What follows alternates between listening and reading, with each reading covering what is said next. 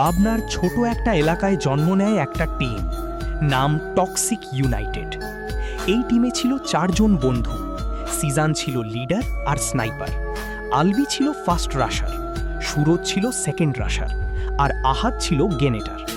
শুরুতে কেউ তাদের চিনত না, সবাই ভাবত তারা কিছুই করতে পারবে না। কিন্তু তারা থামেনি, প্রতিদিন রাত জেগে প্র্যাকটিস করত আর ধীরে ধীরে শক্তিশালী হয়ে উঠতে থাকে। লোকাল টুর্নামেন্টে তারা একের পর এক ম্যাচ জিততে লাগলো, আর টক্সিক ইউনাইটেড নামটা ধীরে ধীরে ভয়ঙ্কর হয়ে উঠল। একদিন বড় ফাইনাল টুর্নামেন্ট এলো, সব বড় টিম সেখানে ছিল, চারদিকে চাপ আর প্রতিযোগিতা। ম্যাচ শেষের দিকে গিয়ে সবাই ফাইনাল জোনে পৌঁছে যায়। তখন সিজান শান্তভাবে কল দেয়, সবাই কভার দে, স্মার্টভাবে খেলি। কিন্তু তখনই সমস্যা শুরু হয়। আলভি আর সুরজ উত্তেজনায় সামনে রাশ দিয়ে দেয়। আহাদ চেষ্টা করে কন্ট্রোল করতে, কিন্তু কেউ ঠিকভাবে শোনে না। সুরজ বলে, এখন সব রাশ দিয়ে দে, শেষ করে ফেলি।